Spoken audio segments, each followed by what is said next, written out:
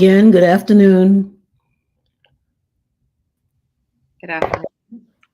It's 10 after, so we don't have a quorum, but we should start working or continue our work. And today I wanted to, well, we should have a quorum if Devin, like I said, gets Ronald Russell and me. That would be the three of us. Um, but in the essence of time, and Manny, I want to thank you for your special session, your tutorial, your whatever. Thank you so much. This makes this a lot easier. Um, we agreed and passed Article 2, the principles of government, symbols of the Virgin Islands. We agreed on Article 3, the definition of a Virgin Islander. That wasn't much change from the Fifth Constitutional Convention. And today we're working on Article 14, which is culture. And I had an email, and I don't remember from whom, that no real property tax shall be assessed on the primary residence or undeveloped land of an ancestral native Virgin Islander. And I think this morning I made reference to, in our government structure meeting about the disparity in the tax rate between St. Thomas and St. John and Luango to be specific. The tax rate in St. Thomas is 3.7700, and the tax rate for Luango, which is part of St. John, is 4.9460. And as I mentioned this morning, the tax rate on Luango for not having moved a rock stone, as we would say, is just as high, or is higher than it was last year.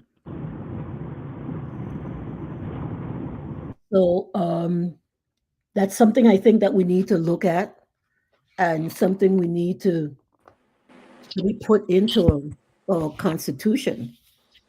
Uh, Good night, Delegate Wells Good and night, fellow Akima. delegate. How are you? I'm I'm glad great. you're here because with Devin and you and I, we have a quorum. Good. Yes. Actually, I am wondering, is the Van Gogh K a, how to say, is it a section of St. John, or is it more like a key? It's a key, but it's part of St. John for tax purposes, and it's Okay. it's not by itself. It's just 10 minutes from Cruise Bay. Okay. So I Yeah. didn't even know St. John had its own K nearby, but that's Well, good. it's not its own. It's just surrounded by like the key that was a big contention about that I learned that has natural gas under it. That's part of St. John also that came up as a when we had a debate last year, a year and a half ago, about where we want to put the school, the new school on St. John, Whistling Key. Whistling Key is part of St. John also. Yes. So that's like Luango is part of St. With, John. Yes, okay. Yes. Thank you. you're welcome. I was saying this morning in the um, government structure standing committee meeting, I brought up the fact about the tax rate, how it was higher for St. John, in particular Luango, than it is for St. Thomas. And dollars for our host with the club. do we think that should be, how do we handle that? Okay, I'd What's like to the suggestion recognize, on I'd like handling that? first for every member of Rotary. Hi, Ronald. It looks like Delegate Ross also joined. Okay, great. Good afternoon. Good afternoon. Are you asking about the tax rate for St. John? And as opposed to the tax rate for St. Thomas, yes. I had some ideas about that when I was in the Senate because I thought it was unfair, but um, I thought that the tax rate has to be determined differently. And St. John has to have its own prescribed tax rate based on the availability of land and the lack of availability of land. Because people can't do nothing in St. John. Everything in St. John is owned by, it's in a private property. So I don't know how you could apply a private tax rates in St. John when it hardly got any property that's owned by private people. So I had come up with a different mechanism to tax St. Johnians, but I didn't get away in the Senate, but I could submit it to this group. I would appreciate that because just like you said, there's no land, and a lot of the natives who have land, they're landlocked by the national park. Yeah, They can't even get to their land. yeah, and then they pay a tax rate that is ridiculous considering their access to the land and the size of the land. So yeah, I must submit something to you. I had something in the Senate. When I was in the Senate, we had a problem, if you know, that came up at the time. St. John had some development. What your name? Oh, jeez, Brett. Not Canil Bay. Not Canil, the one out front there by Coos Bay, a big one. Oh, down by the dock. Yeah, I know the area. yeah. I can get off the And so ferry. when it came up, because and I had a whole different. I'm gonna revise it and send it to you so the delegates could review it and see if they want to come up with a different method of determining the taxes for the island of St. John. Okay? I appreciate that. Yeah, What sure. do you know what the rate is for St. Croix? The rate across the board in St. Thomas and St. John is St. Thomas and St. Croix is the same. And it's I could get it because I could get it, and Well, I could know get that, the so I know could get that- it. Good. I know that St. Thomas is 3.7700. Yeah, And St. John and Luango is 4.9460. So it's a Right. big discrepancy, but I'll appreciate receiving that Yeah. information because it should not be so. Any other thought or comments on that issue? No, I don't have. I joined late, so I wasn't sure. Well, you're in time because we didn't have a quorum. So now that we just started about 8 minutes ago. Okay, good. Well, good, and good. I know that we should say who's present. So I'd like to call the roll. Yeah, okay. Member of this committee, Devin Carrington, Mm-hmm. Akima Richardson. Present. Akima Ron- present. Nice. Yes. Ronald Russell, Nice. Yes, I'm here present. Alicia Well present, and we have our intrepid two, our member, Rupert Ross, welcome. I know I lost Rupert. I thought I just saw him. Our intrepid two, as I was saying, Imani Daniel. Good evening. Good evening, and Rudel Hodge Jr. I like the dynamic duo. Yes. Intrepid too. Yeah, I like you. It is a trip. Right there. You mean the trouble too? No, there's no trouble at all. Good trouble, Oh, John. just Good checking. trouble, that's right. Excellent. We're happy to have all of us here. This is really great because our member Lydia Hendricks. I don't see her. Miss Hendricks there? No, I don't see her. Oh. And I don't see any other member, anybody from the private sector. If you're on here, welcome. I would normally see something in the chat. I'm not seeing anything yet. And I know that Mr. He'll come to me. He's usually at these meetings and he puts his information in the chat. So welcome again. It was great seeing everybody this morning. I know that we're all probably tired, but it's all for a good cause. Okay, today we're looking at Article 14. And I'm going to have my wonderful son look. Imani, do you see that? Yes, I'm so proud. Well Yes, done. I'm just coming into this 21st century kicking and screaming. Thank you He is so right much, on time. Imani and Dee. Excellent. So there is Article 14 from the 5th Constitutional Convention. I had sent information, it seems like about 2 weeks ago, to the members of this committee asking for comments and suggestions and rewrite and stickies and whatever, and I didn't get anything at all.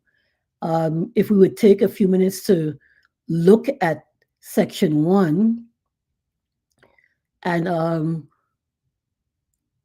share your thoughts on what has been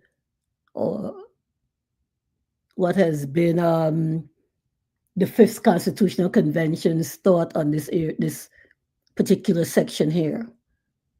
The government shall provide for the protection, promotion, and preservation of the culture, music, tradition, custom, and intellectual property of the Virgin Islands. Now, is this intellectual property? This is just for my own edification. I'm always hearing it's on the books. And Ronald, you are Senator. Where are these books that they keep saying these things are on? Rupert, do you know? We have on the books this and this and this, and we have on the books this and this and this and this. And I'm envisioning this whole huge room with all these microfiche that's been there for years, and that's the book they're referring to. I don't know where these books are. I know there's a archive section of the legislature. I've never been in it, but I know some archivists. But when we refer to something being on the books, what books? Anyone can jump in. I could add something here.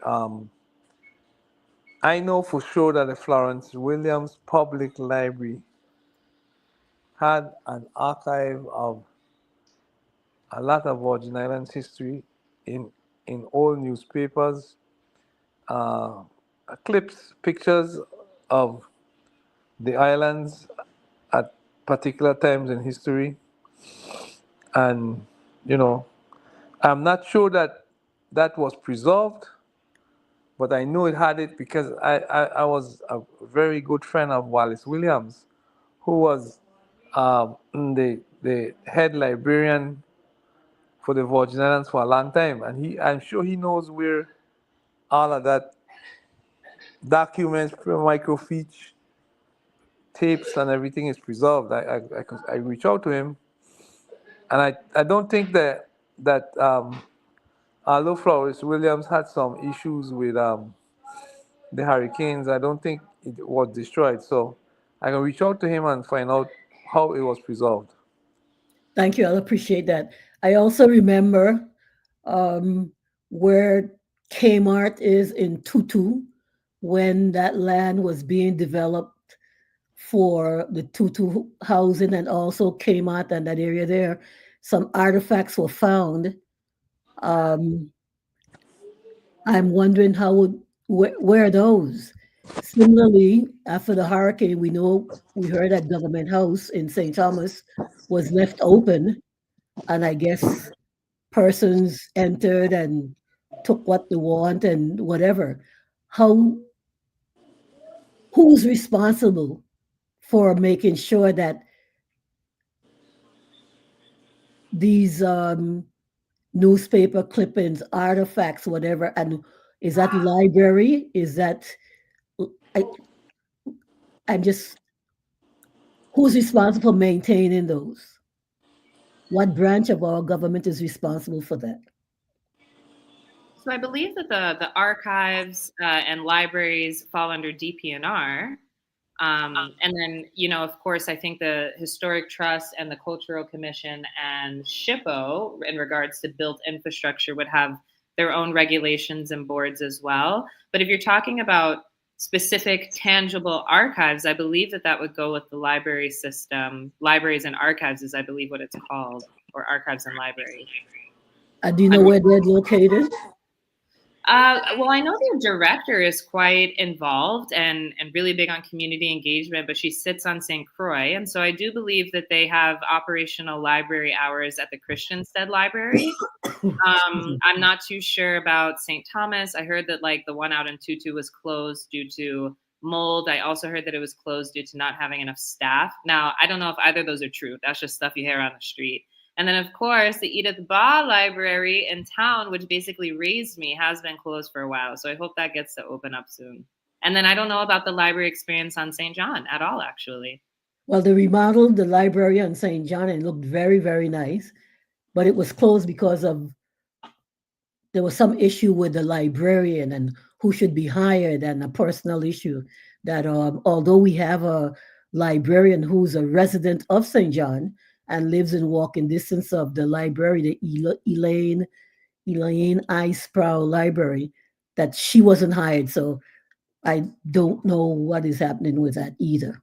But it's not open, and that's a disservice to the people of St. John in particular, because the students have no place to go and do homework, and they have to go back out to Coral Bay in the evening because the bus is running at the time that they have to go. They can't even stay to try and find a place where they can use the computers or whatever. So those are just questions that I've been asking, and I don't know who I'm asking.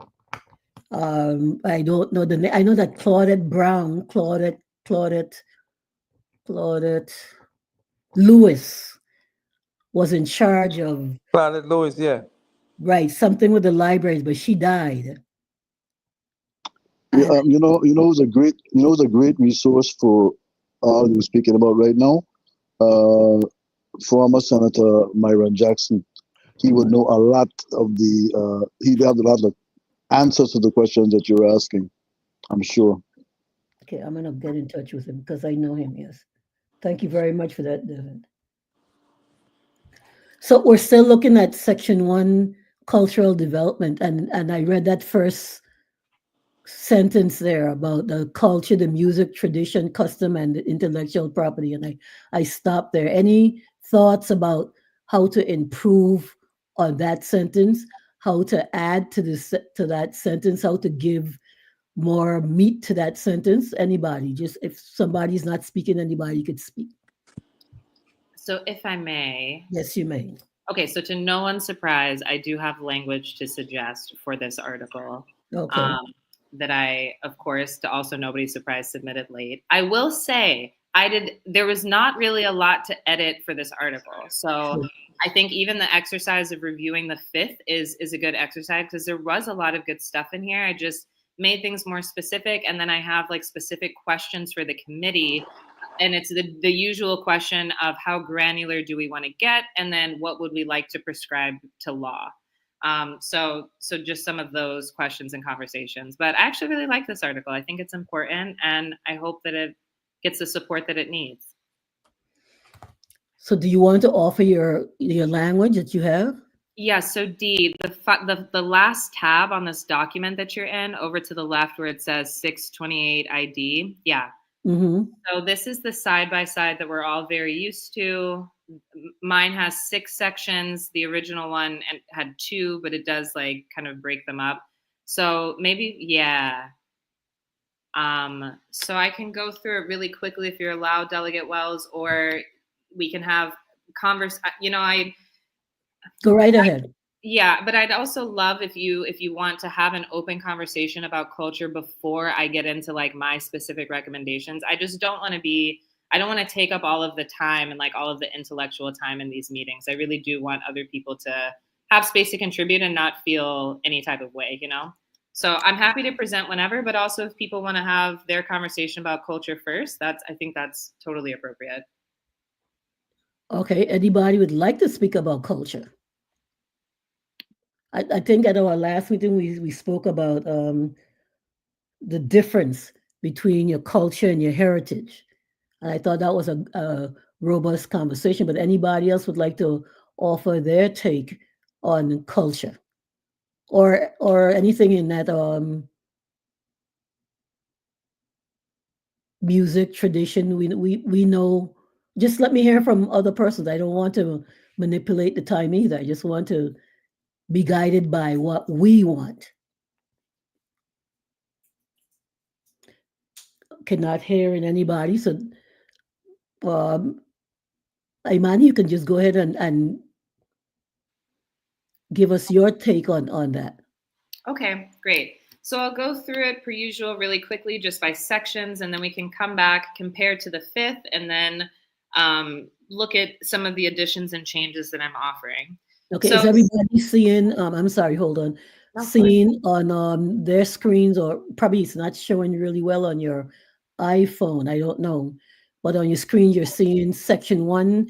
On the left is cultural development, and that was in the fifth. And then section 1, declaration of cultural sovereignty, is what Imani is going to speak about. Everybody seeing that?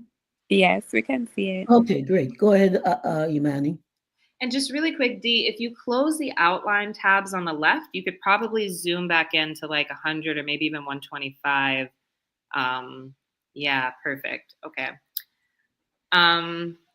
Okay, so the section 1 that I'm offering is called Declaration of Cultural Sovereignty. Section 2, Cultural Rights and Responsibilities, which also could very easily be put into the Human Rights Committee as well. Then we go to section 3, which is the Virgin Islands Cultural Institute, which I really loved. You all know, I think at this point, I love throwing things in an institute or commission and taking our time to study. So I thought this was a great idea. I think I just went through and myself and chat and quote unquote best practices just refined it a little bit to make it more actionable. Then section 4 is about composition and representation regarding the Institute. And then, of course, we talk about in section 5, the funding and legislative mandate for that Institute to be successful.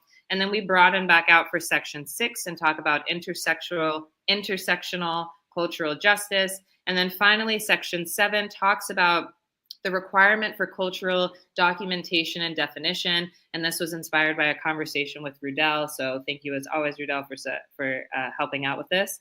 And so that's it. Those are the 7 sections. That 7th section of cultural documentation and definition, I think could be wrapped into a function of the Cultural Institute if we didn't want to be specific. But I do think that documenting and defining our culture, especially in a time when the phrase, well, what is VI culture? What are we protecting for who, right? I think we should put some time and money and really answer those questions for Virgin Islanders of the future.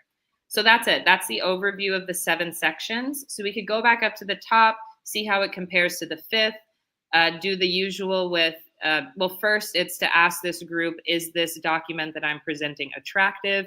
If it is, we could use it as the base document to edit from. If not, totally fine, no feelings hurt. We can use the 5th as the base document and try to pull in components from my proposal. So I always think that's a good place to start, is what's the core document that we're editing, and then we'll edit that for anything that needs to be removed, and then pull from the other of things that we would like to add. So that's what we've been doing in government structure. It seems to work well, but Delegate Wells, however you would like to proceed in the conversation, I am down for. If something is working, I don't believe to change it. And I think that, and I have attended all of the government structure meetings, and it's been working. So I agree that we should have it work the same way here, because it's foolproof so far. So if we're back to section 1, declaration and cultural sovereignty. Is everyone seeing that? I'm missing something here. No, okay. Yes, we can see. Good. Yes. Comments, wordsmithing, questions. Is anything missing? And I can read it if it's helpful, or we can just sit with it for a couple minutes while we kind of look back and forth from the 5th. I will say this is more just setting the scene for the rest of the article.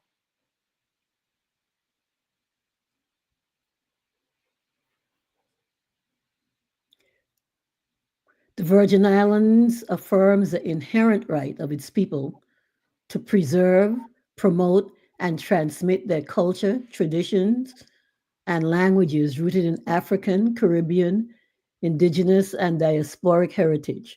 Culture is a living source of strength, identity, and resistance. I like that. The government shall take affirmative steps to ensure its protection and revitalization. I have a question. I think we need to be stronger with that last sentence.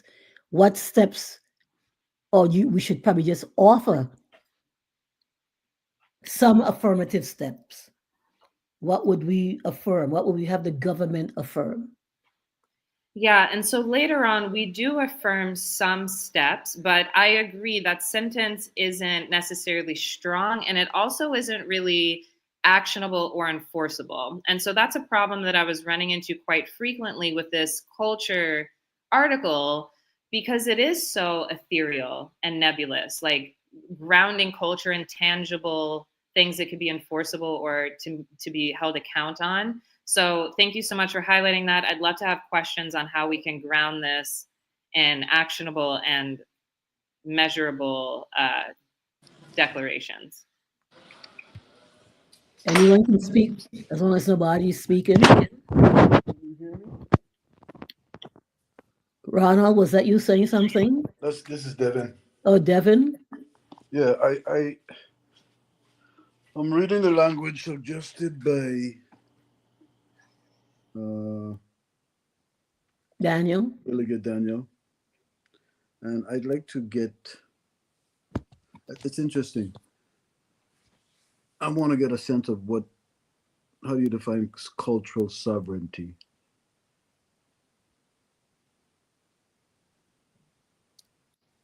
Imani? Oh, that's a question that you're asking me? Yes. Mm-hmm. Well, I think sovereignty, means let's see, how would I define sovereignty? The self-determination and the ability to define X, right? Or sorry, to define and employ something on behalf of its people. So for cultural sovereignty, then, it would be the ability of the Virgin Islands to self-determine and apply those principles of culture as it deems fit for the society. And, the place that I see sovereignty show up most in my line of work is in discussions about food sovereignty and what it means to own the different mechanisms of definition, production, revenue, consumption, and to own those different mechanisms within that system. And I think that is a human right through many different lenses. That is actually one of the most infringed upon human rights is the right to be sovereign with your fellow, however you organize yourself as a tribe or a people.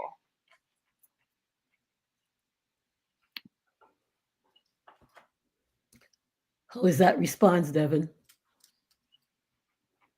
Follow up? Did we lose you? Oh, we may have lost Devin. Oh, yeah, because I'm not seeing him. Darn, I thought that was a really good answer too. Can you add Devin? All right, he's being added. He dropped off. Okay, is he back on? He should be. He was added, yes. Devin? Yes, I'm sorry. I don't know. I got kicked out. But anyway, I miss the really good explanation that Imani said that she gave.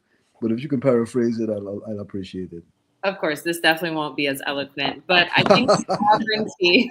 I think sovereignty is the ability of people to self-determine and employ the different realms of a system, right? And so I was saying that one of the most common ways that I hear the term sovereignty in social work or this realm is food sovereignty. And so it's the ability to self-determine and employ or activate or use the design, definition, production, consumption, and policy around that system, that is to be sovereign, to have control over that. And so when we say cultural sovereignty, it is the right to define, to determine, define, produce, collect revenue on, consume, and define policy around culture.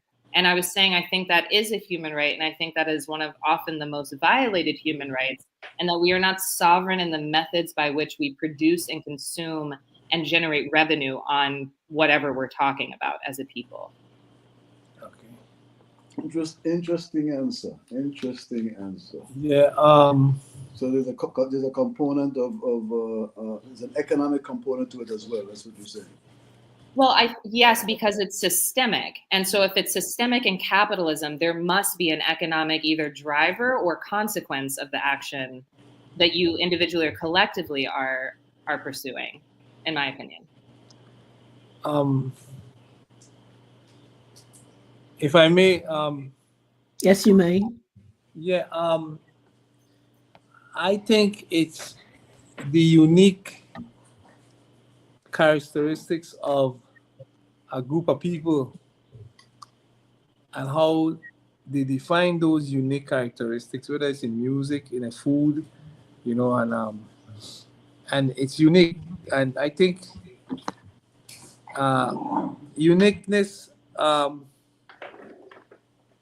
separates us from, you know, reggae is not all music, but you know, reggae ain't something that developed organically from the Virgin Islands. But we might have reggae artists that, you know, expressing our culture in their songs and in their renditions and the lyrics. And so I think it is the unique characteristics, sovereignty, because you separate yourself from the uniqueness and what's different from other people. And, you know, we could define culture too. We might want to do that in some part of this document that we drafting, and we could identify, you know, how we want to be identified as the Virgin Islands, and I think we should define it here. You know, culture. I think we should draw on definitions from other places, but I think we got unique characteristics in the Virgin Islands that we could say that belong to the Virgin Islands and that were developed here and organically promoted from our people. And, you know, music is one, food is another. So I mentioned that so that we could get to some kind of collective definition. Okay? If I may, Thank you. Yes, you may, Devin. I like the language a whole lot, Imani. I think it's more assertive than the language, more powerful than the language in the fifth. But I would make one suggestion, if I may, with the risk of some saying this would be a run-on sentence. I would like to see it read as follows. The Virgin Islands affirms the inherent right of its people to preserve, promote, and transmit the culture, traditions, and languages rooted in African, Caribbean, indigenous, and diasporic culture as a living source of strength, identity, and resistance, that the government shall take affirmative steps to ensure to protect and revitalize. I don't know if that's too long of is that too long of a statement, but I think breaking it up lessens its power. Or after heritage, put a dash rather than a comma or a semicolon.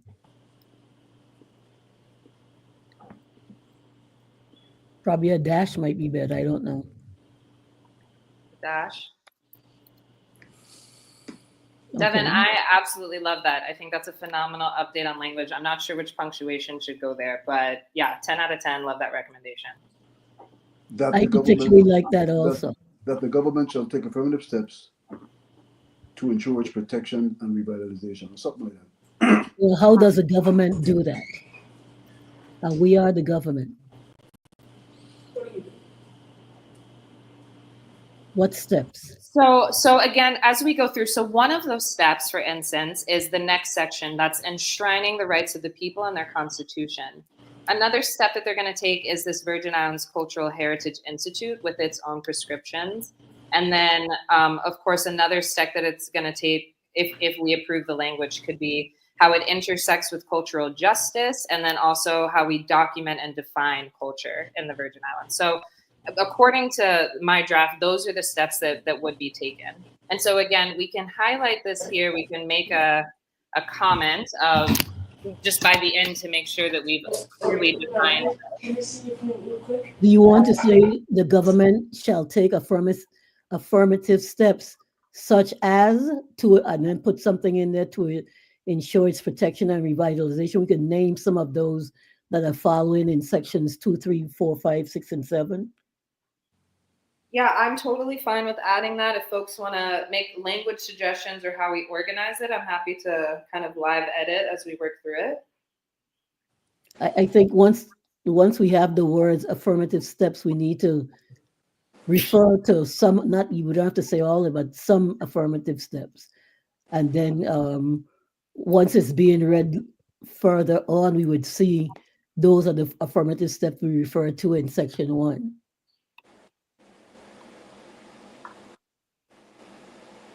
I think a list of probably 2 of those steps that follow should be enumerated up there. That's just my thought on that. In that section, Yes.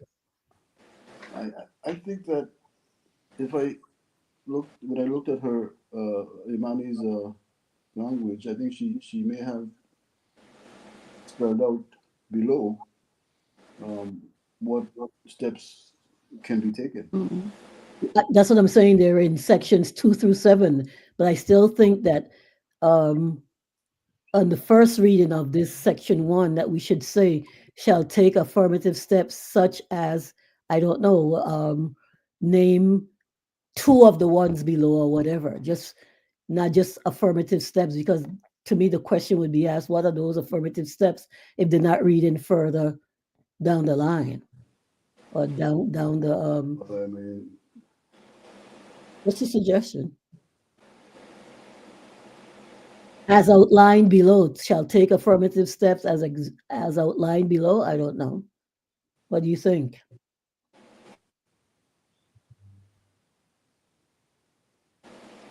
Or not to do anything, just say shall take affirmative steps. Yeah, so I liked that last suggestion, Delegate Wells, so that the government shall take affirmative steps to ensure its protection or revitalization as outlined in this article. Okay, I like that. Okay. yeah, I like that too. Thank you. No problem. Any other comment on section 1? Question? Yes, I have a comment/question, Delegate Wells. Go ahead, Akima. Yes. So in the section 1 under cultural development, similar to the government shall take affirmative steps in the Declaration of Cultural Sovereignty, it states in cultural development, the government may enact development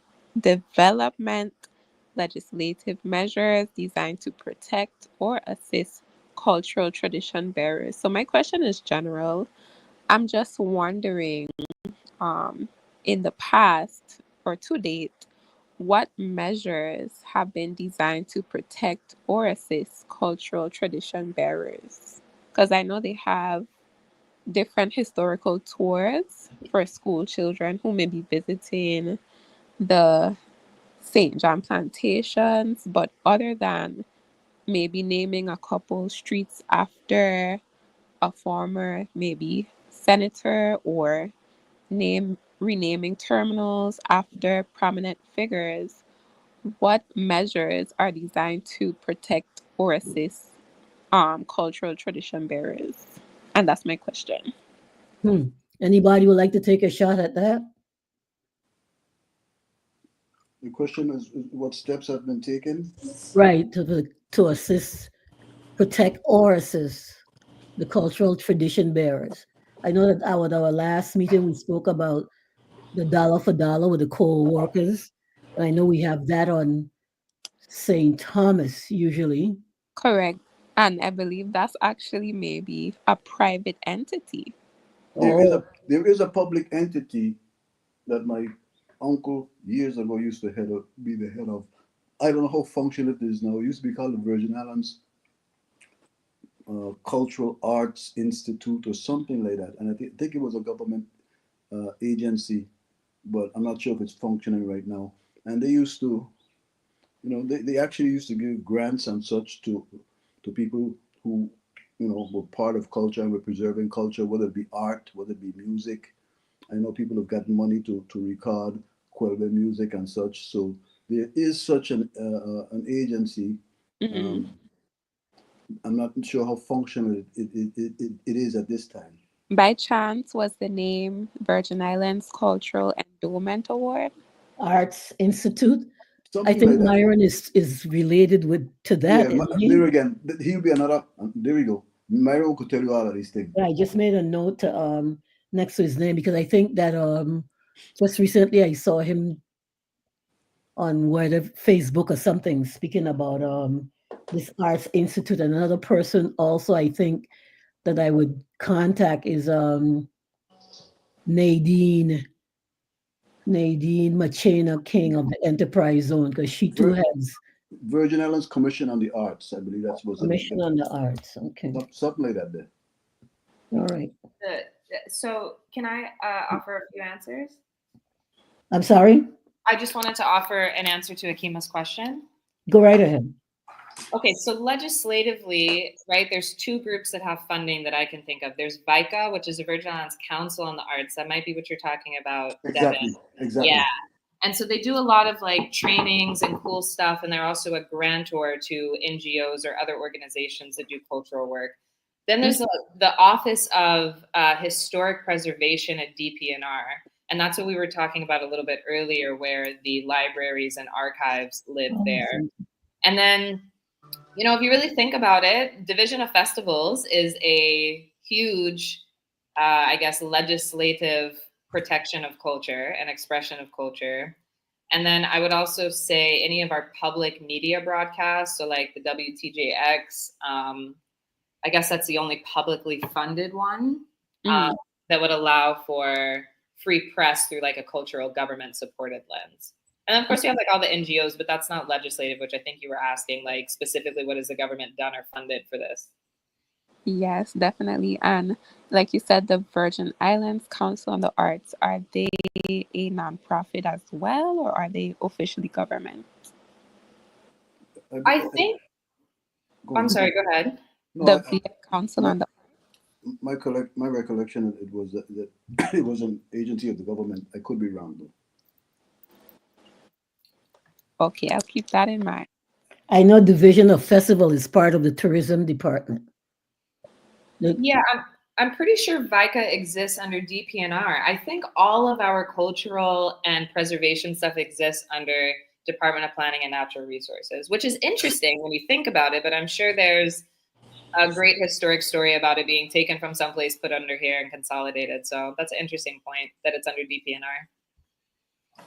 Yes, and do you think that currently all of these agencies listed, do you think that they are currently consistently protecting and assisting in culture bearing? In fact, yesterday I was asked to give a brief explanation of what we do as a constitutional convention by DPNR. It was in the fort in Frederickstead, and it not only consisted of my presentation, but there were some artists, there were some paintings being showcased, and some artists, some cultural artists were presented as well. So, in answer to your question, yeah, they do, they do. Well, if I can just jump in here, I just recently mentioned to my son that I think that St. Croix has more Preservation. cultural functions than St. Thomas or St. John. And the reason I said that is because every time you read the source, and I try to read that every day, there is always something culturally going on. Like, for example, the week was a pate festival. Then the mango melee is coming, and then there's I saw something where this group of elders were helping young women um, pass through, for want of a better word, being a child and going into young adulthood. And these older women in the community were helping this group of young people with the transition from childhood to young womanhood. And they mentioned going down to the water's edge and letting them know that the water is symbolic for all of us, because a lot of our ancestors died, gave their lives up coming from Africa to, well, being brought from, they didn't just come from, being brought from Africa to the Caribbean. So I look at St. Croix as a cultural mecca, I think, It for is. want It of a is. better word, because something is always going on there about culture. It, Oh, I think, see think, that Delegate Plaskett is going to have um, a walk to Ram's Head on St. John on the 1st, I think, of July, or the 3rd. I'm not sure which date. Get out of it. I'm sorry. So so Saint Croix certainly is the cultural cradle of the Virgin Islands. This thing I spoke about a little while ago, I just pulled up the flyer. It was put on by the DPNR Division of Libraries, Archives, and Museums. It was called Tides of Freedom. It was an emancipation art exhibition. And it happens annually. It happened at the Fort Frederick Museum yesterday. So just trying to answer the question of Akima. Yeah, this division of DPNR does things on a regular basis of this sort, culturally and historically relevant presentations And they're hosted how often? annually. Oh, Thi- annually. This specific one is hosted annually, but there are other things that they do as well. I think one of those divisions under DPNR, I think one of them should be listed possibly in our constitution so that people have an idea of who's responsible at some point. okay, where would you have that? For example, it could go in the section, if you scroll up to section 1, it can basically, so let me see. The Virgin Islands affirms the inherent right of its people to preserve, promote, and transmit their culture, traditions, and languages rooted in African, Caribbean, indigenous, and diasporic heritage as a living source of strength, identity, and resistance, that the government shall take affirmative steps. For example, we could insert shall take in affirmative steps. I would say DPNR could possibly be parenthesized after the government. However, I don't think it could fit specifically into this language, but possibly before the end of our meeting, I can craft something. Okay, that would be great. Yeah, if I may, Yes, you may. I like Akima's suggestion and directing people where they can go to access the information that we referring to in culture. I must say that there are several books written available all over in the in the libraries in the Caribbean Museum for Arts, and that actually express very important aspects of how culture developed in St. Croix particularly, and how it's mushroomed into the common vernacular. Like, for example, how was the festival formed? How did we get festival? Things like that. And I think there's several written accounts of how things developed over the years in the Virgin Islands.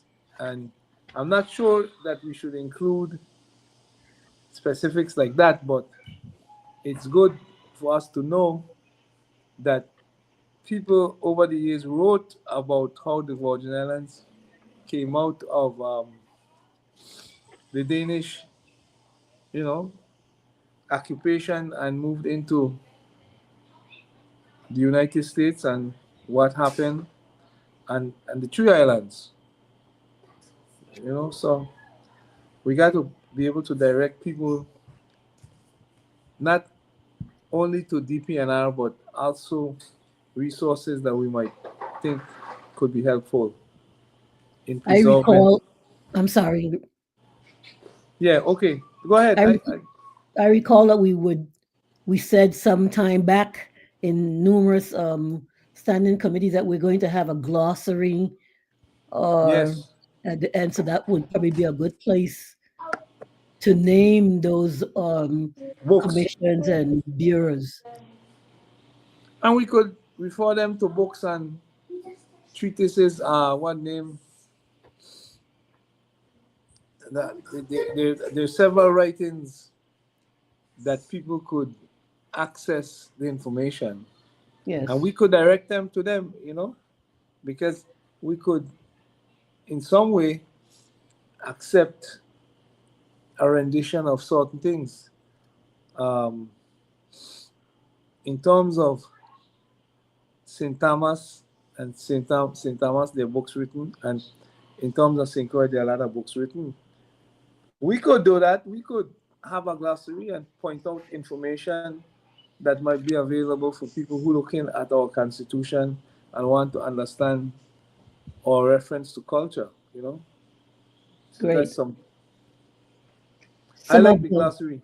Yes, some of the names that were mentioned back in our April meeting were books by Lito Val, Yes, books by the Umbilical Cord, Thurland, and those as resources. So those are um, the Crucian Dictionary, Mariel Webster Dictionary, and different Mr. Christian who just passed. I'm sure there's information. Those could go in our glossary so people can have reference. So I agree with that. And I think that would be a good thing for us to do. Any other comment on this section 1? Okay, Imani, we Yes. can go on to section 2. Great. Yeah. Okay, good. So we're good with section 1. Okay, so section 2, and I'll just read it really quickly. And again, I do think that this could go over to human rights if we prefer, but I think it's really strong and a nice segue into the Cultural Heritage Institute. So section 2 is cultural rights and responsibilities. It reads, all persons, nope, just kidding, before y'all pass this without. All humans in the Virgin Islands shall have the right to participate in, preserve, and transmit their cultural heritage without fear of discrimination, suppression, or exploitation. The government shall protect cultural tradition bearers and vulnerable cultural communities from adverse actions that endanger the transmission or expression of cultural practices. Well, a question just came up in my mind after I've seen some of the parades, and somebody was talking about bending down and touching their toes and their butt in the air, and someone said to them, "Oh, that's our culture." And I was like, "No, that's not our culture." But I just left that there. Let me hear some others, I some think, perspective on this. if I may, You may uh, I'll be the devil's advocate for a moment here. go right ahead. Culture is, I think we've discussed this before, I think, maybe in this committee or maybe not. But culture is not static. Culture is dynamic. It changes. As an example, 10 years ago, I didn't know anything about what they call bachata, and now that's pervasive in our society. Um, you hear it in bars, you hear it from cars, you hear people playing it in parties. So my question is, how do we define culture? Or how do we define what is our culture? Hmm. Comments?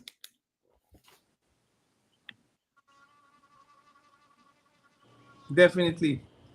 I think the definition, Devin, has to understand that culture develops over time, like, and not to be exclusive to just things that were done a long time ago. I think that things that come up as part of expression unique to the Virgin Islands that would be considered Virgin Islands culture, I think should be included. And it's not static, as you mentioned. It's not static. It has to have an expansive definition that could include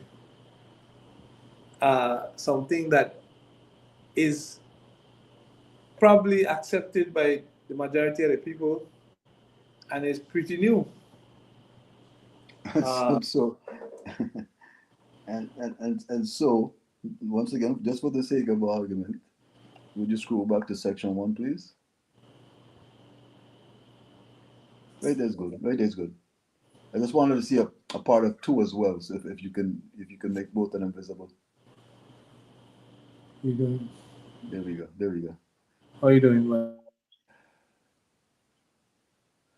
Virgin Islands affirms the inherent right of the people of of its people to preserve, promote, transmit their culture.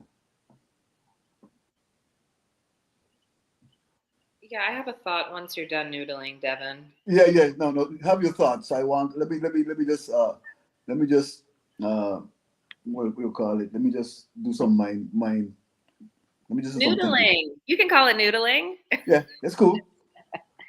So, okay, so I just want to focus again on the root, the topic at hand here, at the root, okay?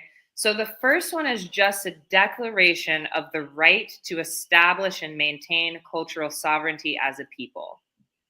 With no definitions. It is the right to explore sovereignty. The second section is the right more on an individual level, if you really look at it, because that's why I say this could go in human rights, because it reads like an individual or collective right.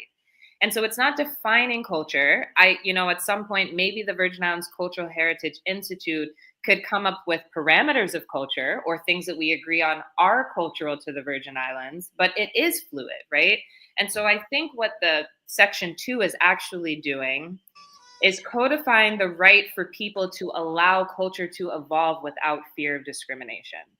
And so I don't think it's here for us now to define what that is, but it's giving right for freedom and space and non-fear to pursue a process of evolving culture. All right, I can, with that explanation, it satisfies my curiosity with regards to what I thought was maybe a clash between section 1 and section 2, but I can buy that. Okay, any other comment on section 2? And we have in the chat from Akima, showed that the government shall take affirmative steps to ensure its protection and revitalization is carried out by entities such as Virgin Islands Council on the Arts, the Office of Historic Preservation, and the Division of Festival as facilitated slash executed by the Division of Planning and Natural Resources.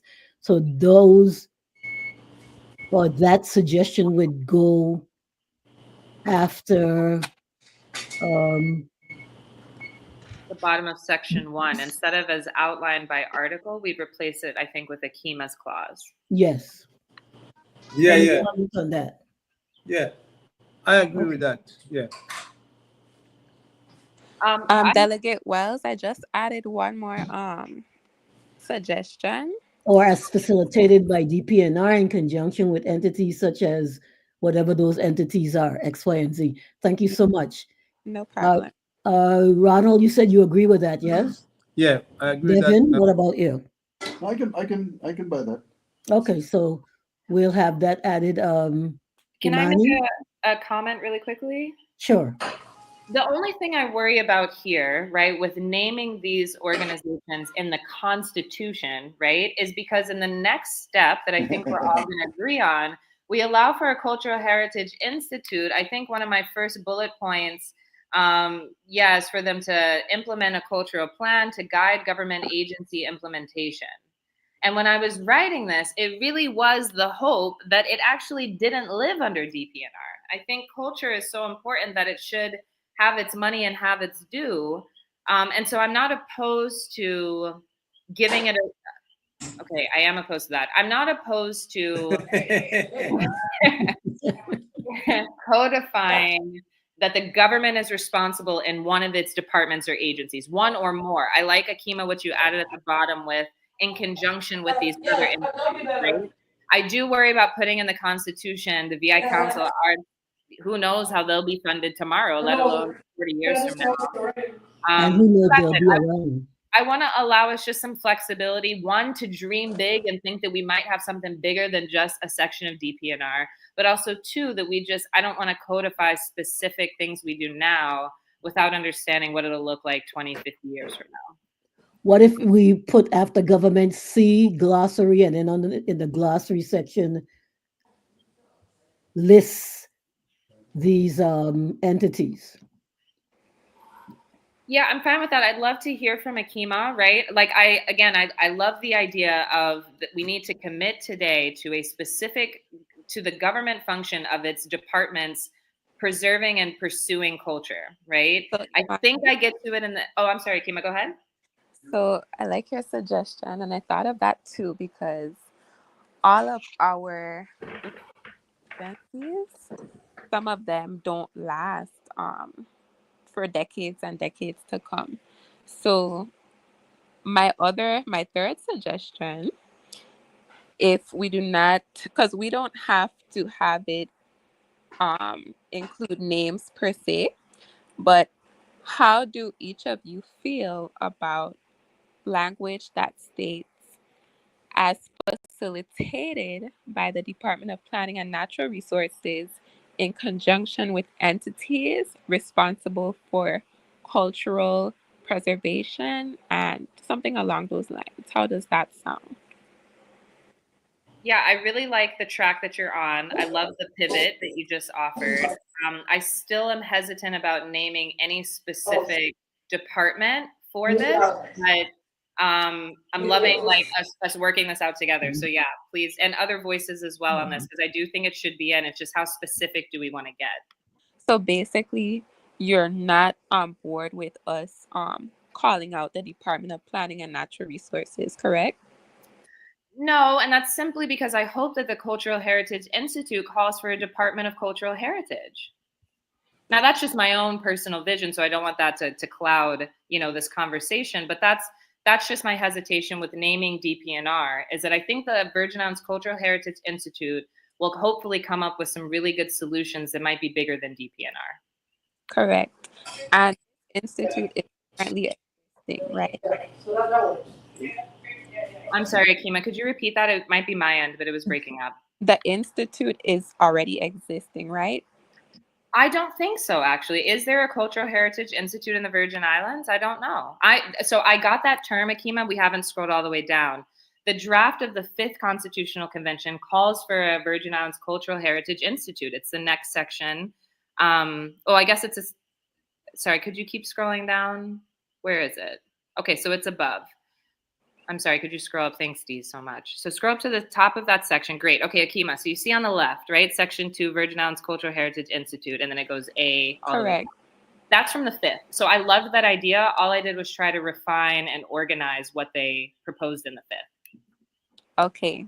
And I will close off by saying, please do consider the possibilities of this institute not coming to fruition.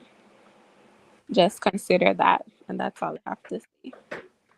Well, I'd actually love to dig into that. So that brings up an interesting point. I don't have any provisions in here if they don't develop a territorial plan on time, or if we don't get the Virgin Islands Cultural Heritage Institute sustained. I'm hoping that because it would be a constitutional mandate that they would have to do it. And if they don't, then someone could sue in the courts for violation of the Constitution. But I hear you. And so happy to keep exploring this until you feel comfortable with it. I understand it. I'm just saying, do keep in mind if the institute does not come to fruition. But like I said, those were just my suggestions for the language. But I do appreciate all of the feedback I've gotten thus far. And, I'm perfectly fine with the discussion that's been had. That's all. Great, thank you. And I'm going to check with Myron, and probably I could have him come for the first 10 minutes or whatever when we meet again on the 15th. I'll see, because that would clear up some of our questions. Any other comment about the cultural rights and responsibilities in section 2? Okay, so we had agreement in section 1. We had some agreement. We had agreement in section 2, and we had discussion on the cultural heritage, and I'm going to try to get Myron Jackson in on that, although we've had partial agreement in section 3. So we're moving on now, Imani, to section 4. Well, I'd love to actually dig into section 3 if we can. There's a couple of. Oh, I didn't see there's more down there. All right, I'm sorry. I'm No seeing worries there's at all. much more down there. Continue. Great, thanks. So again, the Cultural Heritage Institute was developed by the 5th draft. I'm not sure if it's in the 4th. I should have gone further back and looked. But it has some powers and some institute shall provisions. And so I just went through and added some kind of introductory and then conclusion parts to this. So I can read it and we can just go piece by piece if that's helpful. So the Virgin Islands Cultural Heritage Institute is hereby established and charged with the protection, preservation, documentation, and advancement of the cultural, artistic, and historical traditions of the Virgin Islands. This includes the cultures of African, Caribbean, Indigenous, and all other communities that have contributed to the development of the Virgin Islands society. The Institute shall develop and implement a territorial cultural plan every 5 years in collaboration with communities, educators, and government agencies to guide government agency implementation. B, recommend and support the integration of Virgin Islands culture, arts, heritage, and history into the education system, including teacher training and heritage language instruction. C, serve as a consultative body for proposed developments or policies that may significantly impact cultural assets, sites, or communities. D, maintain a public cultural vitality index to assess and monitor cultural well-being, intergenerational transmission, language retention, and the economic sustainability of cultural work. And E, publish an annual public report on cultural indicators, government compliance, and recommendations for policy, education, and investment. So we can go back up to back up to A, to the beginning, yes. Right. Okay. So are there any general reactions, inspirations, thoughts on the entire section? I like that section, but as I read, as you read, I looked on the left-hand side, which is the 5th. If you could scroll down further to to be in the fifth, which is language that I really liked, and I thought that keep going, keep going. There we go. No law shall be passed that abridges the preservation and development of the Virgin Islands culture, language, history, traditions, or customs. What does anybody think about that provision? I love it, and I moved it to Section 5, funding Ah, and okay. legislative mandate. All right, because I love it too. Yeah, I'm with you. Yeah. Can we All right. go back up to, are you through, Devin? Yes. Okay, can we go back up to, okay, the institute shall, okay, development material cultural plan. I think we need to put, after every 5 years, I would put beginning or whatever, beginning whatever that year is. We want to put a year in there to be sure that it gets done. Yeah, so I do like that. So there's two directions we could go. We could either get less strict and not say it has to be done in a certain time period, or we could clarify the parameters of the time period. We seem as a group to differ depending on the topic area if we want to have more flexible time periods versus more strict time periods. So I'm curious what people think here about, do we mandate a time, and if so, how do we define it? Well, I didn't, every 5 years seems fine. I don't know, I probably won't be around in 5 years, you'll be there, but I think we need to say develop it into a territorial cultural plan beginning 2026, 2020, whatever year. Every 5 year from thence in collaboration, yada, yada, yada. Right. I, And so I think, oh, I'm sorry, go ahead. I think there should be a starting date given, starting year given. Great. And so previously, when that's been what we've wanted to do, we've tied it to a certain number of days after the Constitution is implemented, which would be March of 2027. So we could say, well, it would probably be calling this institute together within 120 days of implementation of the new Constitution, or something like that. And that's what we did earlier in one of our meetings today. So I would agree to that if everybody else is in agreement.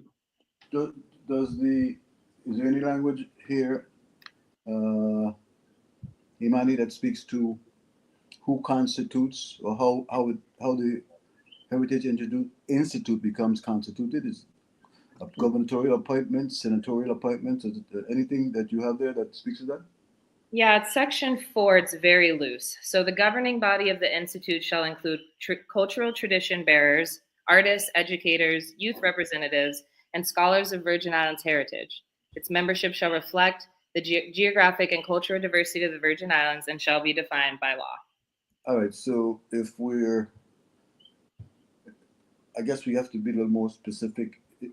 If we're going to mandate that it be constituted within a certain amount of time after the passage of the Constitution, it's got to be somebody who's couched with that responsibility.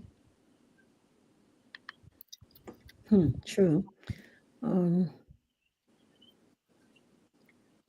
that may be, that's up for us to decide. You did mention that shall be defined by law, so you're suggesting its membership shall reflect the geographic and cultural diversity of the Virgin Islands.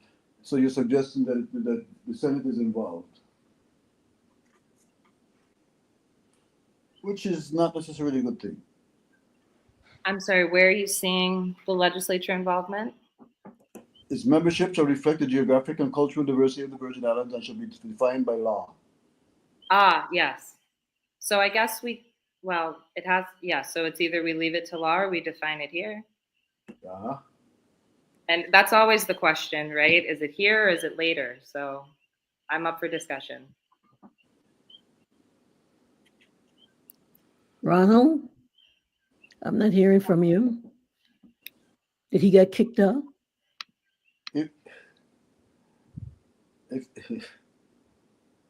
And then Section 5, it involves legislature again. Okay, so yeah. If the fear is that, at least I thought I heard the fear may be that it'll be one of those things that never get established. And if that's the fear, then we have to write language to safeguard against that fear to the best we can. Yes. Is that not true for every provision, though, Devin? That is true. Well, not for every provision, but for any provision that involves the legislature. Delegate Carrington. Delegate Wells, may I have the floor? Sure, go right ahead. Delegate Carrington, I have a question. For the institute that we're discussing now, would the Senate have to pass a bill to ensure that the institute is created, or once the Constitution is finished being drafted, it's already mandated by law? The way it's worded, the Constitution establishes the cultural heritage. Institute. Okay, so But it goes on to speak about the composition of it and the funding of it, which is all legislative. So the institute is pending based on our sixth constitutional draft being passed, correct? The way I read it, the establishment of this body is a constitutional mandate. Correct. The funding of it and the composition of it is left to the legislature. Correct. Okay. I got you. Thank you. Any other comment?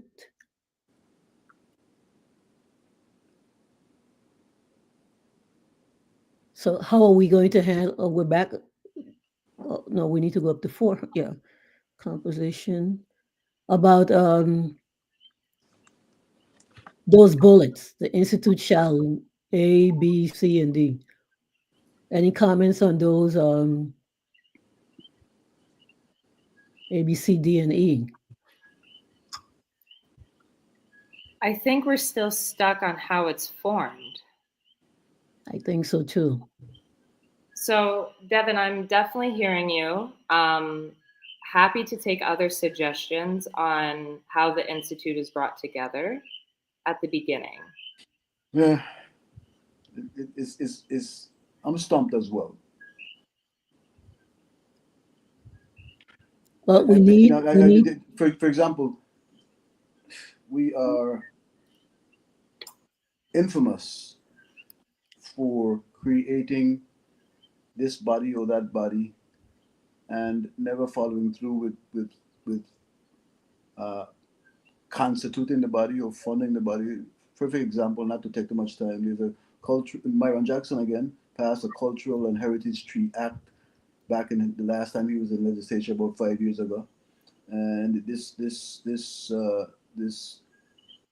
act established a committee of arborists and agriculturists who would designate certain trees as historical and cultural and community trees that can't be cut, and if they have to be pruned, they have to be pruned in a certain way, and they have to have an arborist on board the body. And up to now, the governor has not appointed any persons to that board. That's just a perfect example of my fear. I particularly remember that instance when some trees in Emancipation Garden were being cut or removed or whatever, and that had that uproar because I think an arborist was brought in from off island someplace to speak about the trees because some persons got really perturbed about what was being done to the trees that were there. So I remember that must have been at least 5 years ago, probably when Myron was in the Senate. I don't know, but I remember there was a big hullabaloo about the trees in Emancipation Garden in St. Thomas and how they were being manhandled. They weren't being treated the way they were supposed to be treated. They were not being respected. Exactly. because they don't have rights. Just throwing that out there as a plug for when we get to the human rights, life rights section. You know what I do with that. I'm sorry. You know my pastor there. Yes, yes, of course.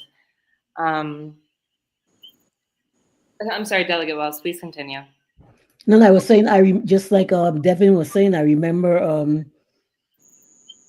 the big hullabaloo that we had in regarding some trees in the Emancipation Garden, and I think that it was Public Works just went and started just cutting the trees down, and somebody who knew about the historic um, significance of the trees and the trees themselves, like the baobab tree. I see there's one in Grove Place, I think, in St. Croix, and it, they had to stop cutting, and they brought somebody in from off island to speak about the tree, and it caused an uproar for those persons who understood what type of tree it was.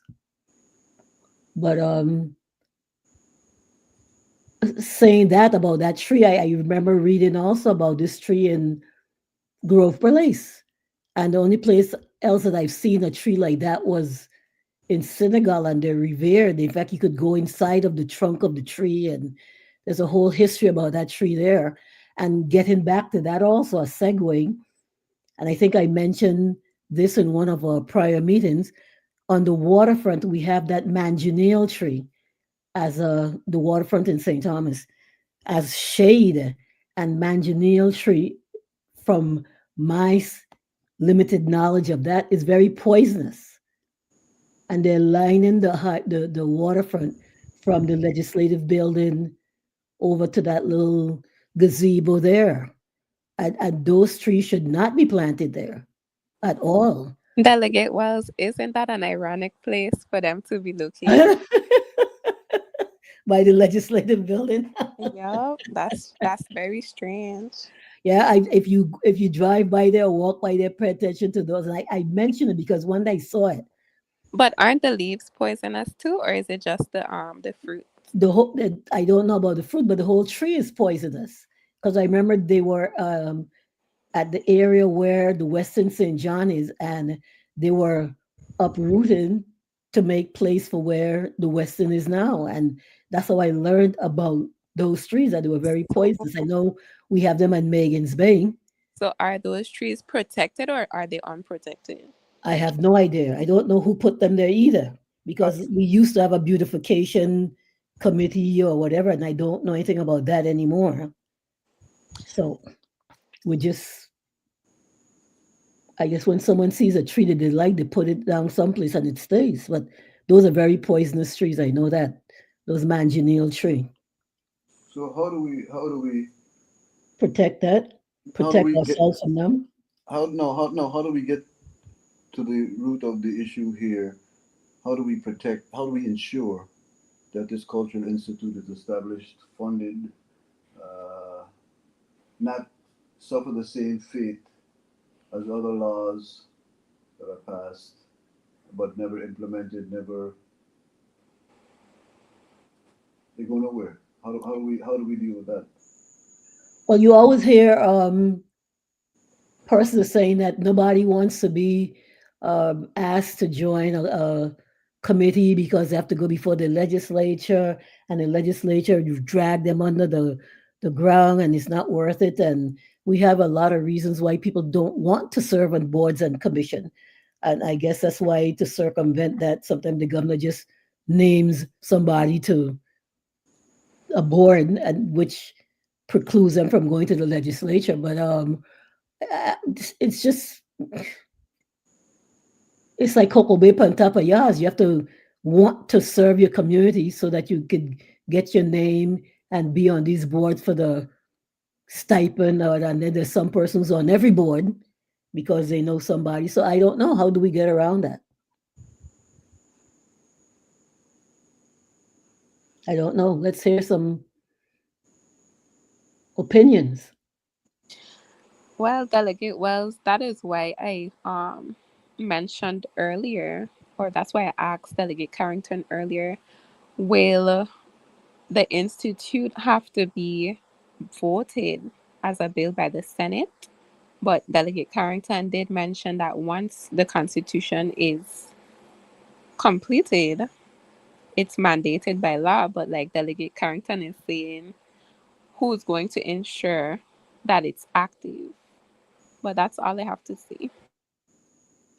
Well, it's like dumping trash, right? We know we have a law that says if you dump your trash on the road, you're gonna get fined, whatever, but no no one Nobody. to policy, no one to police these actions.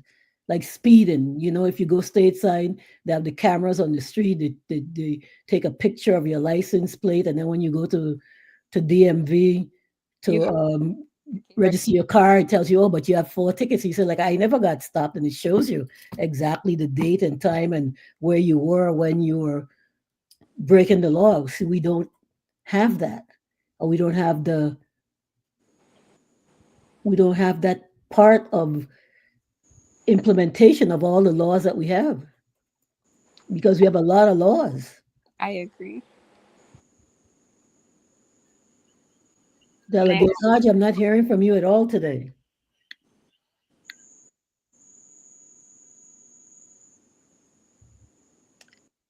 Devin or Imani?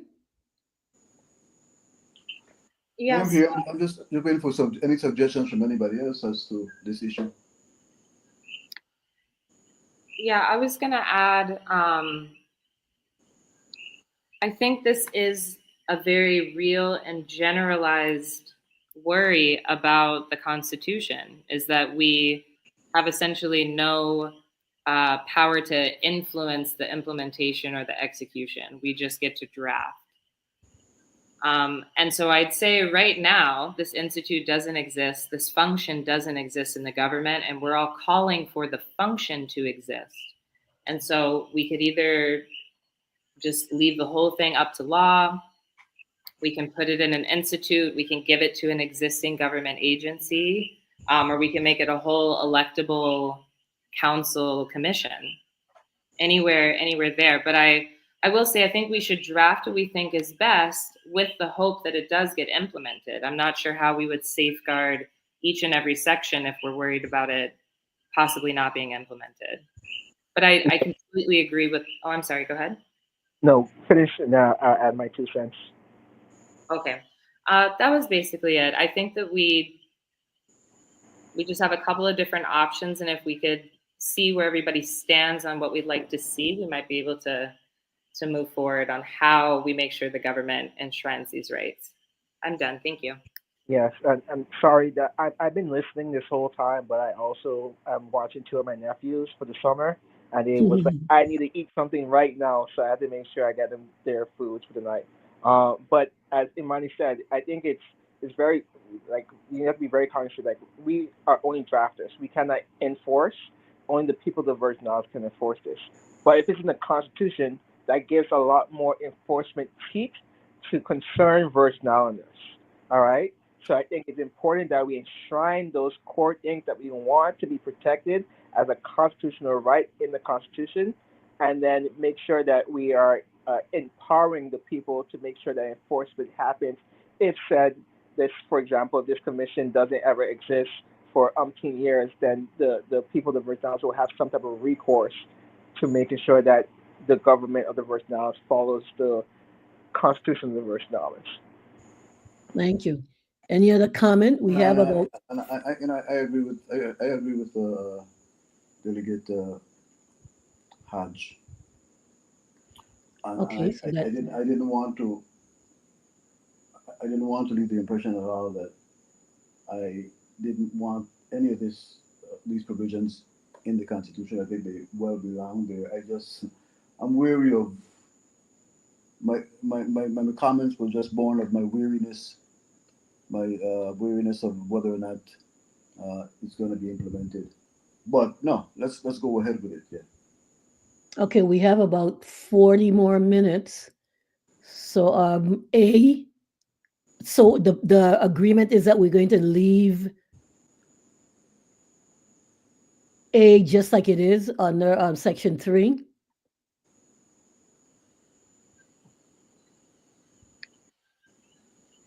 And fine to me. possibly a That's fine. next a meeting on the 15th, we can get Myron to come and give us some more insight on the Commission on the Arts or the Cultural Heritage area.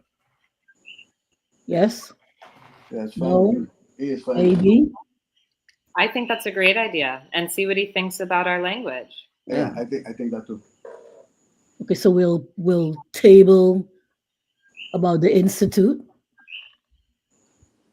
Well, I think we could still see how people feel about it, maybe tailor it, at least so we agree on what we're getting feedback from Senator Jackson on, because this is just my work. So we should go through this, I think, and then see what he thinks on the committee's work.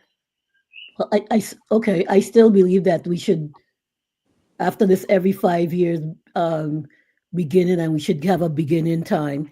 And we've used 120 days in most of our other drafting, so probably I would suggest that we have the 120 days there.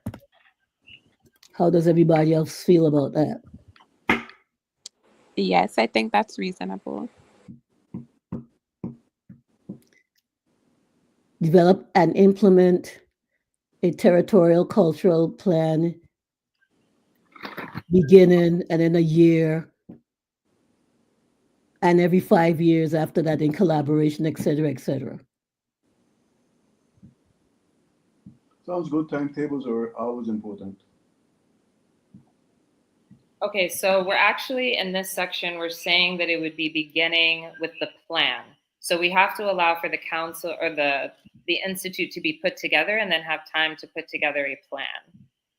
So I can say beginning, should we say a year after constitutional implementation? That's good. I'm good with that. Everybody else? Sounds good to me. Beginning every 5 years, beginning the year that beginning the year of constitutional implementation. Sorry.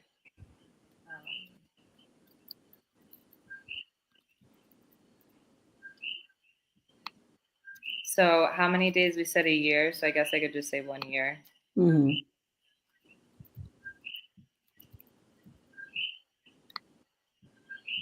Someone sound like they're in Puerto Rico with a cookie. That's me on the north side. Oh yeah, that's where they are because the sun is still up here. Oh, I'm sorry if they're coming through. They're just everywhere. I love it. I love it. Okay, so I'm going to put a note here. This is not the correct language. Maybe it's transition or something, but I'll correct that language later. Okay, thank you.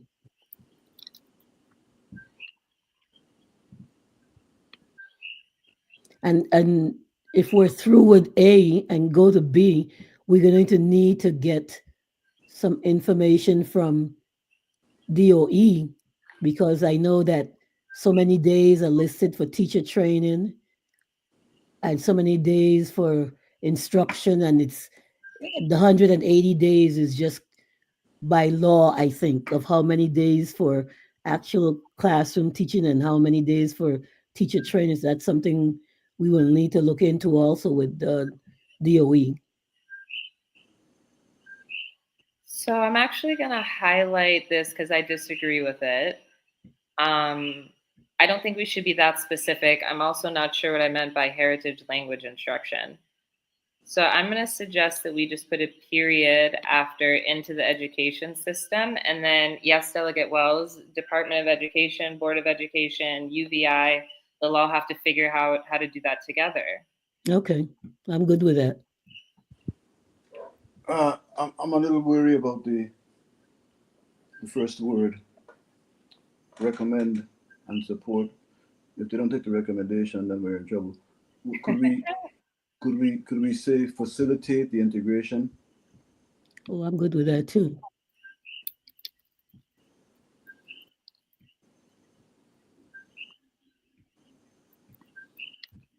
Oh. Facilitate and support the integration. I could live with that. Yeah. Okay, great.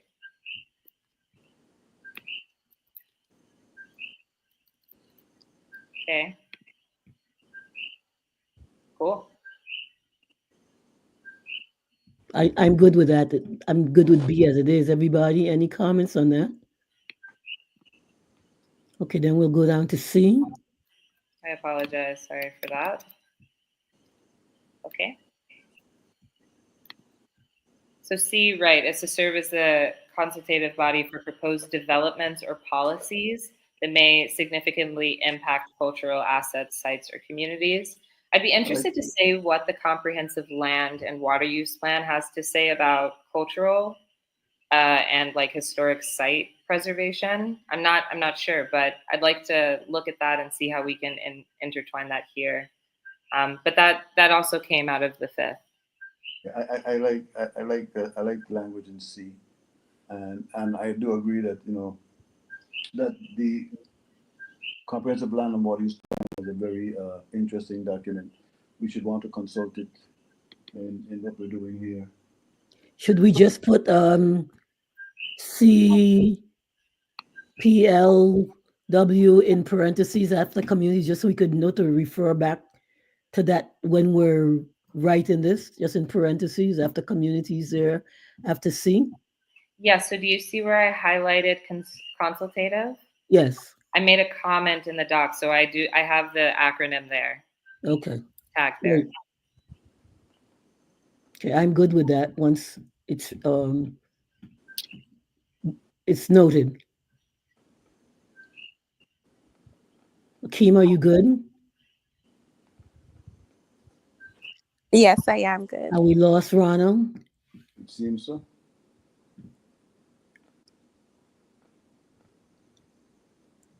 It seems so. Right. So, but we still have, yes, we still have a quorum. So we're good with C. So down to D, to maintain a public cultural vitality index. What is that?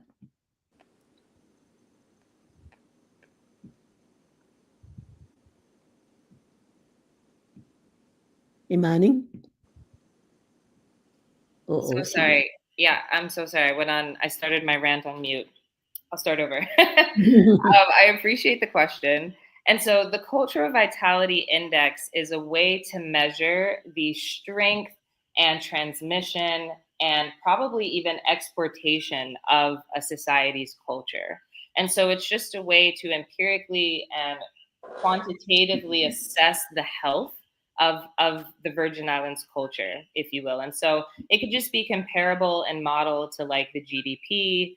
There's also gross domestic happiness indexes, which I will be suggesting when we get to human rights. But there's just different ways to measure the vitality of different systems within a society. And so I'm suggesting that we investigate and maintain a public cultural vitality index to assess and monitor cultural well-being, intergenerational transmission, language retention, and the economic sustainability of cultural work.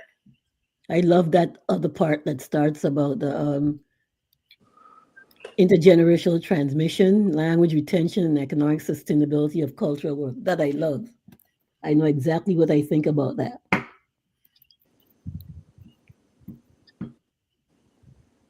So I'm in agreement with D. Devin or Akima? I agree with it too, Okay. fully. I do want to know, when it states language retention, are we referring to dialect or just the general official language of the Virgin Islands? Yeah, I appreciate that. Language comes up a couple of times in the fifth draft, which I think is important, and especially of the time period then. To my understanding, there are two distinct and kind of defined dialects in the Virgin Islands, and I'm sure on this call we'll identify several others. But St. Croix has a very specific and defined dialect. And I'm not sure if dialect is the right word, so please give some grace there. And then there's I think it's like the Neger Hollands language that was like Dutch and Afrikaans. I'm really not sure. I just know that there historically was a big push to try to preserve and push that forward and integrate that into culture. And then, there's a lot of research and kind of a global movement on reclaiming dialects and reclaiming broken, quote unquote, broken English, because they have their own grammar rules and syntax styles. And, language is the means by which we create the worlds around us, right? And so it's I think it's important that it's something that we push forward. Now, which languages, I think that should be left up to the experts, but I'd love to actually get Myron Jackson's specific feedback on that part there. Well, I'm going to Retention. I'm sorry, Akeem, what were you saying? Oh, I was wondering if you're going to say language retention. No, I'm going to ask for whatever assistance is necessary to be sure that I get Myron to be here, will be with us on the 15th when we meet again, because it's so important. Like Devin stated, Myron has the knowledge and he knows about that, because I always remember Karen Samuel, because she's a great she makes those quilts. So I know that she did something at the Cultural Institute there on that corner in where Desmond Maynard's office is, Education Street, in a yard in there. And I know that Lisa Eatree, who's an artist from St. John, she too would go in there to something. And I remember going there for some kind of meeting and all, seeing all of the things on the wall. So I just need to get clear in my mind where we are with this cultural institute, and then we could probably get a lot of these excuse me, questions cleared up. So I'm looking forward to that. Any other comment on D? I also wanted to add in the indigenous languages as Mhm. well as part of Mhm. language retention. I think that's our responsibility to restore and preserve. Agreed. And I notice also I've been seeing a lot of this indigenous Indian tribe, and I haven't paid attention to it until the last, just like 3 or 4, 5 years ago, really. I think they were in the parade in St. Thomas, and then you're seeing a lot there are a lot on Facebook talking about this lady and her children, and where they came from, and there's not much I can tell about it, but I noticed this one particular family that has a lot of information they're giving out, and showing where they came from, and how they've tied in their history with previous histories. Has anyone seen that? It's usually on Facebook, or the source that would have an article or something. And like I said, they were in the parade in St. Thomas a few years ago. Not the ones with the African skin, not that one, another one. It's young people also, a mother and her children, her grown children. I believe you're referring to the Phillips. Um, I can see if I can find a image to make sure we're referring to the same people. Delegate Wells, were they a Taino family? I I don't remember, but the mother was given the history. I was at some place and we're sitting there, and she was given the history of why she was pursuing um, laws and rules to assist her children in knowing their history. And I thought that was just so noble. I had never heard of them before. I've never seen them before, known anything about them, except they were in the parade. And then there was a meeting, I think, in the Emancipation Garden or someplace, and I went to that, and she was given a talk. The mother was given a talk on how she's been researching the history of her family, and I think you're referring to the Taino family, and I just shared their documentary okay. from I YouTube in the see. chat. Thank you. We probably need to look at that also, because that would tie in with D here. Is everyone seeing this?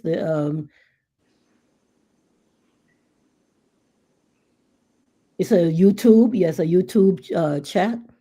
I could send that to everybody out there, and I'll get D to help me send it so we can see what I'm referring to, because it was interesting. She was very interesting.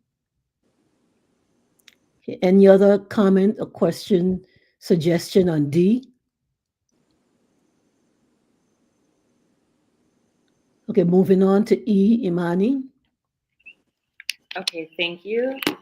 So again, this is that the Virgin Islands Cultural Heritage Institute will publish an annual public report on cultural indicators, government compliance, and recommendations for policy, education, and investment. And I think that each of those things kind of goes up the list about what they're reporting on. Mm-hmm. Yeah, that's clear cut. Comments on that?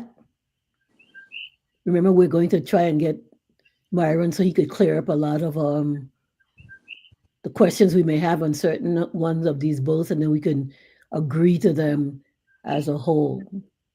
Okay, we have, it's almost time. Can we start section 4?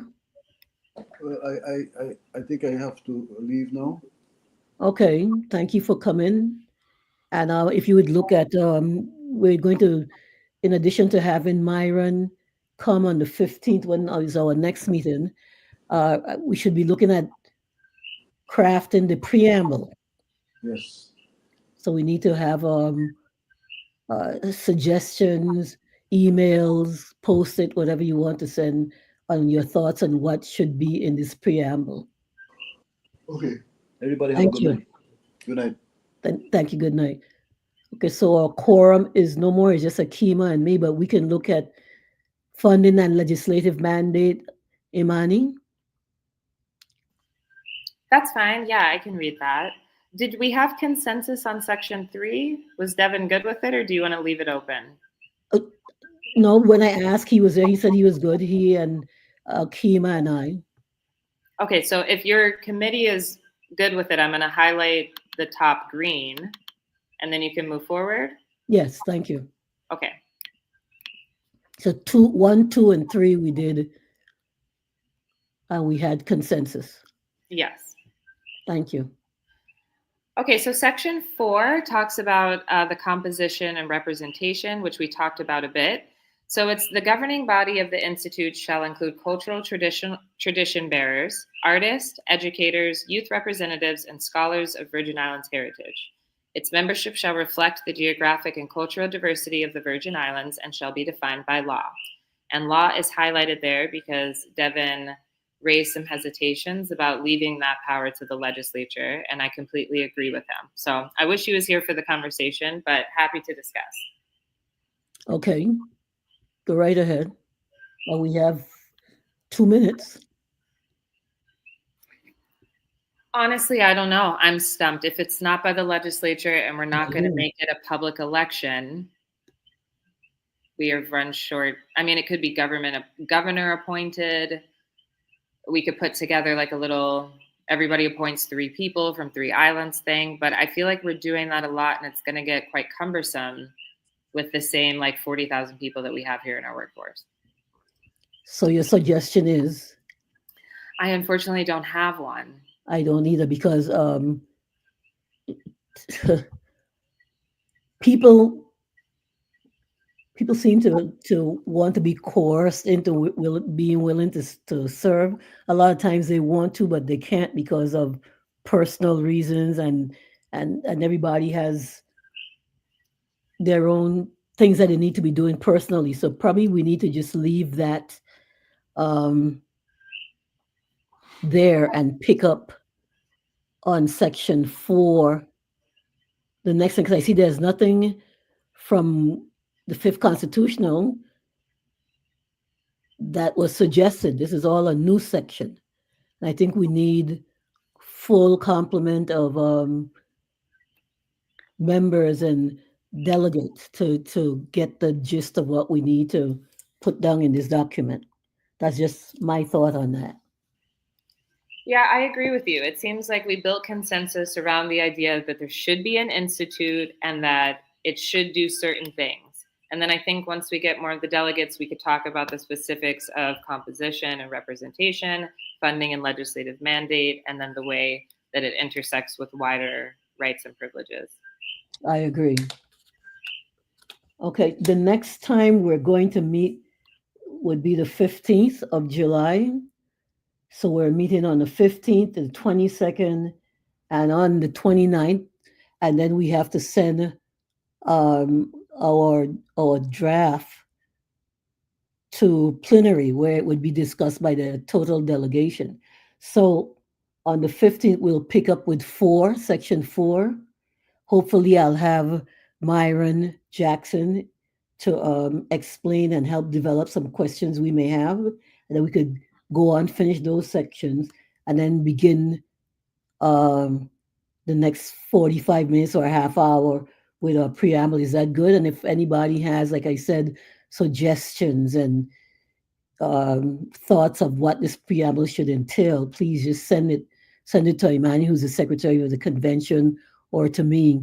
Just share it with the delegate, the Cultural and Heritage Standing Committee, because we're getting down to the brass tacks time, TACTS.